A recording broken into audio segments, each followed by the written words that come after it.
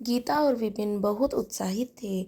आज उनका बेटा पराग अपनी गर्लफ्रेंड भव्या को उनसे मिलवाने लाने वाला था। पराग से 5 साल छोटी वान्या भी पढ़ रही थी। पराग इंजीनियर था, भव्या उसकी कलीग थी।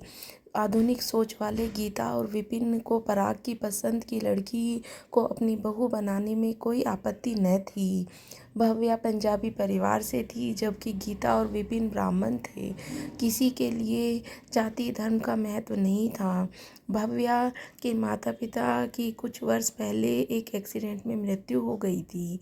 जलंधर से रह रहे उनके मामा मामी ही उसका गार्जियंस थे। भव्या मुंबई के अंधेरे इलाके के 4 लड़कियों के साथ एक फ्लैट में रहती थी। गीता ने बड़े मन से भव्या के भी लिए लंच तैयार किया था। गीता विपिन और वान्या फिगर के प्रति एकदम सचेत रहते थे। गीता और विपिन तो फिगर और स्वास्थ्य के प्रति इतने सजग थे कि उन्हें देखकर पता ही नहीं चलता था कि उनके इतने बड़े बच्चे हैं। तीनों एकदम स्लिम ट्रिम लेकिन जंक फूड के शौकीन। पराग ने बाहर का खाना खा खा कर अपना काफ़ी वजन बढ़ा लिया था, जिसके लिए तीनों उसे टोकते रहते थे। गीता ने तो मजाक मजाक में कई बार कहा था, पराग आजकल लड़कियां भी मोटे लड़कों को पसंद नहीं करती हैं। मैं तुम्हारे लिए लड़की कहाँ से ढूंढूंगी, तुम एक काम करना, खुद ही ढूंढ लेना।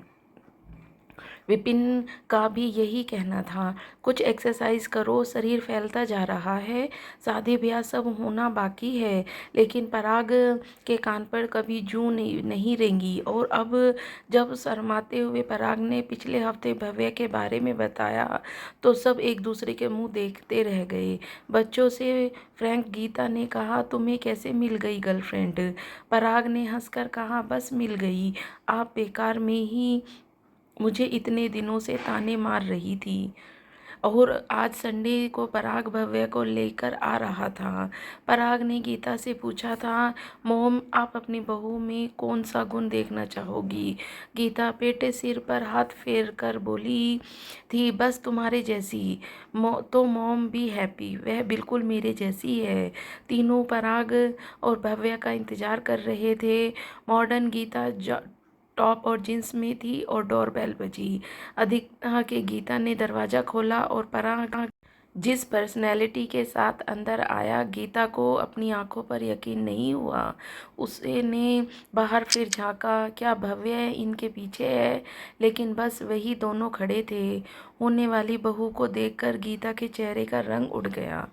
लगा पराग ने ठीक कहा था, बिल्कुल उसके जैसी ही थी। एकदम गोरी, गोल मटोल, साफ साफ कह दिया जाए तो एक मोटी लड़की। वह मुस्कुराते हुए सबको हाय हेलो कर रही थी। विपिन और वान्या भी बुत बने खड़े थे। पराग ने गला खंगारा और कहा, डैड मॉम वान्या, यह है भव्या। विपिन ने सबसे पहले अपने को सामान्य किया और मुस्कुराते हुए उसे अंदर आकर बैठने के लिए कहा। वान्या भी भव्या के साथ ही बैठ गई। गीता को अपने में संभालने में काफ़ी समय लगा। गीता ने औपचारिकता हाल चाल के बाद पूछा, क्या लोगी भव्या, चाय कॉफ़ी या कोल्ड ड्रिंक? मॉम कुछ ठंडा। गीता किचन में गई और डेट में से सब के लिए नींबू पानी, मिठाई, फ्रूट्स और कुछ नाश्ता ले आई। भव्या से बातें होती रही। गीता डेट उस समय खिसकाई, कहा, लो बेटा कुछ खाओ। हाँ मॉम, भूख तो लगी है, आज संडे था, सब फ्रेंड्स सो रही थी, कुछ नाश्ता नहीं किया अभी तक, बस एक सैंडविच और दूध पीकर चली थी। अंधेरी में ठाणे आने में वह तो हजम हो गया। हंसकर उसने मिठाई खानी शुरू की। पराग ने भी उसका साथ दिया। विपिन और गीता की नज़रें मिली। विपिन आंखों आंखों में ही हंस दिए। नाश्ता खत्म होने तक भव्या सब फ्री हो चुकी थी, खुलकर हंस बोल रही थी। घर में एक रौनक सी थी। वान्या भव्या को पूरा फ्लैट दिखा रही थी। दिखाकर उसने रूम में बैठाकर बातें करने लगी। मूवी, म्यूज़िक, कॉलेज, ऑफिस, सब खूब बातें होती रही। गीता लंच की तैयारी के लिए किचन में गई तो भव्या भी आ गई। मोम कुछ हेल्प करूं? नहीं नहीं, तुम बैठो, मोम मिल कर करते हैं ना, फिर आपने आप की ही साइड से रखी प्लेट उठाकर सलाद काटने लगी। विपिन भी किचन में आ गए थे। भव्या हंसते हुए बोली, मोम आपको पता है मुझे सलाद बिल्कुल नहीं पसंद। गीता ने पूछा क्यों? मुझे तो सॉलिड चीज़ें खाना पसंद है। ये सलाद वगैरह तो डाइटिंग वाले की चीज़ लगती है मुझे। मोम आप तीनों कितने स्लिम हैं। मैं और पराग अलग ही दिख रहे हैं घर में, कह कहकर हंसी भव्या। गीता हैरान थी, क्या है यह लड़की, अपने मोटापे पर कोई शर्म नहीं, कोई चिंता नहीं। भव्या ने फिर कहा, मुझे खाने पीने का बहुत शौक है मॉम। मम्मी पापा को भी खाने पीने का बहुत शौक था। कहते हुए भव्या थोड़ा उदास सी हो गई थी। इतने में अंदर से आते हुए पराग ने पूछा, मोम क्या बनाया है? छोले, पनीर, आलू गोभी की सब्जी, रायता, बस सब। अब रोटी बना रही हूँ। भव्या ने हचक कर कहा, मोम पूरी बनाइए ना, इस खाने के साथ तो गरम गरम पूरी कितनी अच्छी लगेगी। गीता चौंकी, उन्हें झटका सा लगा। सोचा खुद पूरी जैसा क्यों हो गई हो यह लड़की। अब समझ में आ रहा है मुझे बहुत ही अच्छे से। पराग भी कहने लगा, हाँ मोम पूरी बनाओ ना। वान्या भी आ गई किचन में, बोली, मोम मैं तो रोटी ही खाऊंगी। गीता ने कहा, ठीक है हम दोनों के लिए पूरी बना देती हूँ। गीता ने वान्या की हेल्प से खाना टेबल पर लगाया। गीता, विपिन और वान्या ने दो दो फुलके खाए। पराग और भव्या पूरी पर पूरी साफ करते रहे। गीता ने दोनों को देखा, कैसे लग रहे हैं दोनों, शौक से खाते हुए। मोटे गोल मटोर बच्चे, इनकी शादी होगी तो कैसे लगेंगे दोनों। इस लड़की को फिगर से तो क्या मतलब हो ही नहीं, क्या होगा इसका आगे। गीता मन ही मन पता नहीं क्या क्या सोचती रही। सब खाना खाकर उठ गए, बातें होती रही। फिर भव्या ने कहा, अच्छा मॉम अब मैं चलूँगी, आप सबसे मिलकर बहुत अच्छा लगा।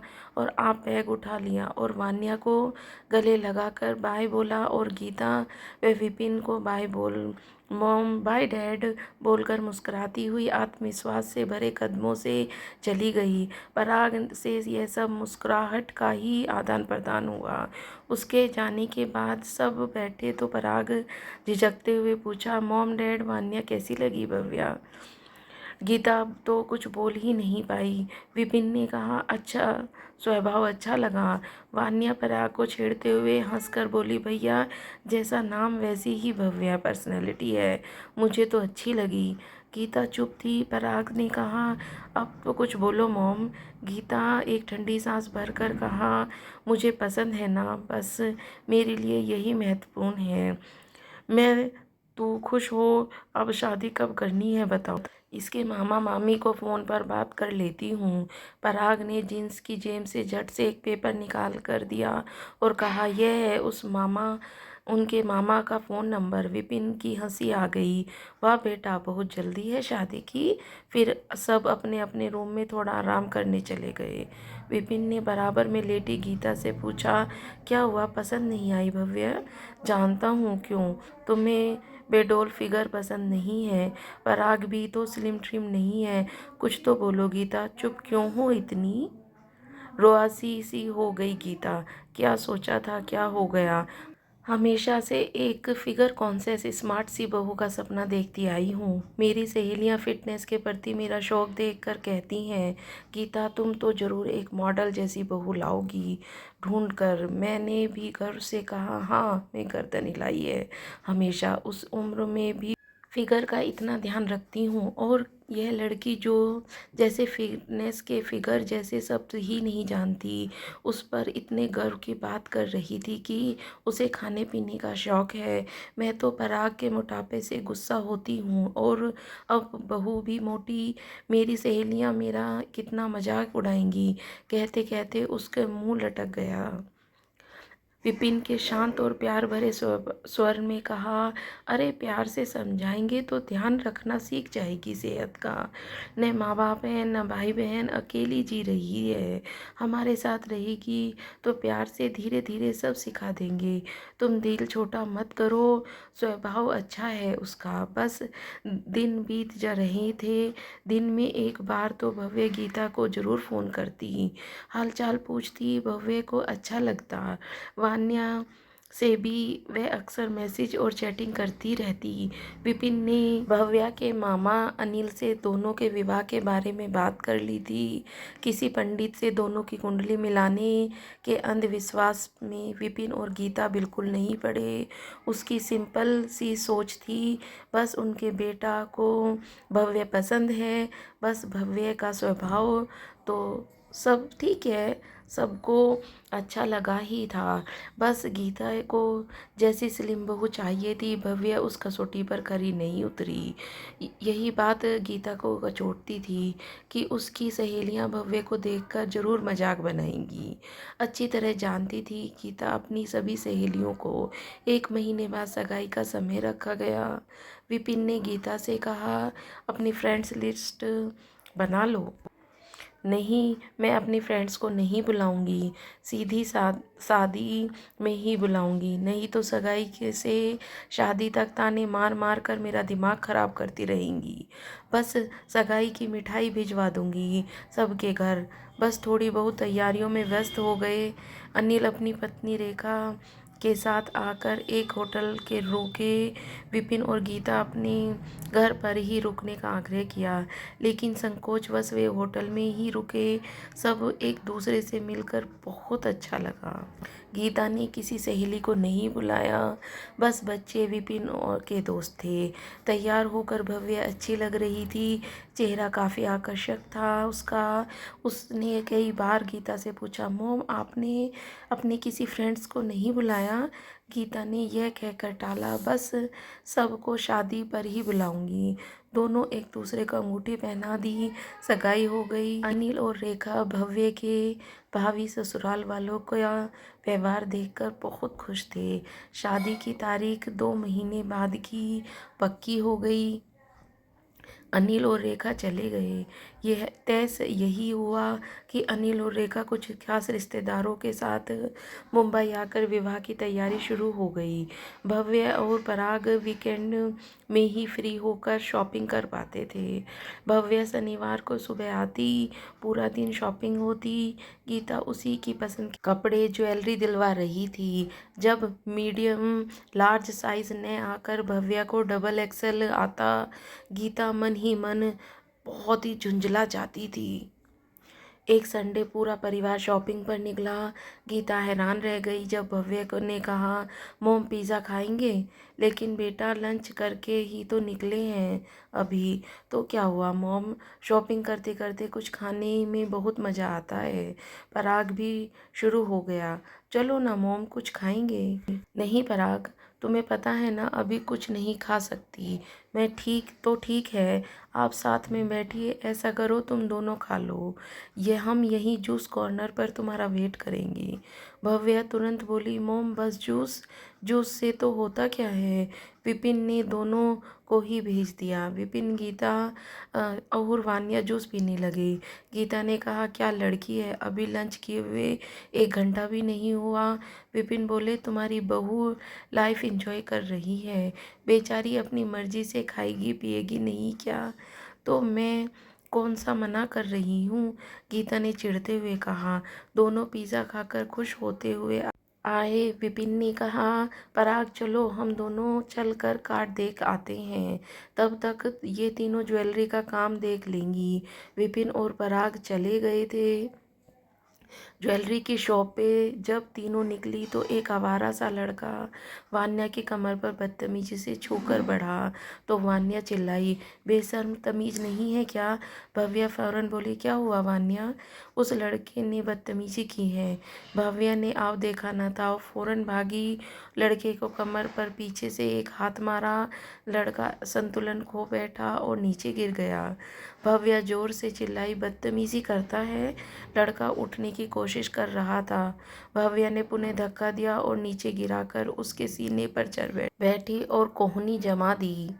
लड़के की चीख निकल गई, वह हिल भी नहीं सका। दृश्य गंभीर था, लेकिन लड़के के सीने पर गोल मटोल भव्य का यह बहादुरी देखकर गीता के मन ही मन हंसी आ गई। भव्या जोर से चिल्लाई, हेल्प हेल्प। तुरंत लोग इकट्ठे हो गए। भव्या को बात सुनकर लड़के को पीटने लगे। एक पुलिस वाला भी आ गया और लड़के को 2 डंडे लगाकर जीप में बिठा कर लिया। पूरे प्रकरण में गीता और वान्या हक्की बक्की खड़ी थी। देखते ही देखते भव्या ने जो किया था, दोनों अपनी आंखों पर यकीन नहीं हो रहा था। भव्या की शाबाशी देते हुए लोग आजकल लड़कों को इतनी बढ़ती बदतमीजी के बात करते हुए इधर उधर हो गए। गीता ने देखा किसी की नज़रों में भव्या के लिए उपहार नहीं था, सबकी नज़रें उसके लिए तारीफ थी। भव्या ने गीता को जैसे सपने में से जगाया। मॉम, ठीक किया ना? गीता ने उसके कंधे पर हाथ कर इतना ही बोल पाई। Well done Bhavya. शाबाश वान्या। तो भव्या की से सड़क पर ही चिपट गई। आप कितनी स्ट्रांग हो, वह तो मुझे देखकर ही पता चलता है, कहकर भव्या हंस दी। इतने में विपिन और पराग भी आ गए। गाड़ी में बैठकर वान्या ने उन्हें पूरा किस्सा सुनाया तो वे हैरान रह गए। विपिन ने कहा, वेल डन भव्या। पराग ने हंसकर उसे छेड़ा। बेचारा लड़का। सब हंस पड़े। गीता को तो आज अब इतना प्यार आ रहा था भव्या पर कि उसके मन हो रहा था कि यहीं उसे गले लग रहा था। बेकार में अपने मन को इतने दिनों से छोटा कर रखा है। वह जैसी है बहुत अच्छी है, मोटापे का क्या है, धीरे धीरे प्यार से समझाकर सेहत के प्रति सजग बना देगी। और वैसे पराग को भी कौन कहाँ रोक पाती है लापरवाही से। अब बेटा वह जैसा वैसी बहू, देखकर दुख किस बात का है। अब वे शान से भव्या को अपनी सहेलियों से मिलवाने के लिए उंगलियों पर शादी के दिन गिन रही थी। आज पहली बार उसकी अपनी मोटी बहू पर उसे बहुत प्यार आ रहा था। दोस्तों, आपको ये कहानी कैसी लगी मुझे कमेंट करके ज़रूर बताना।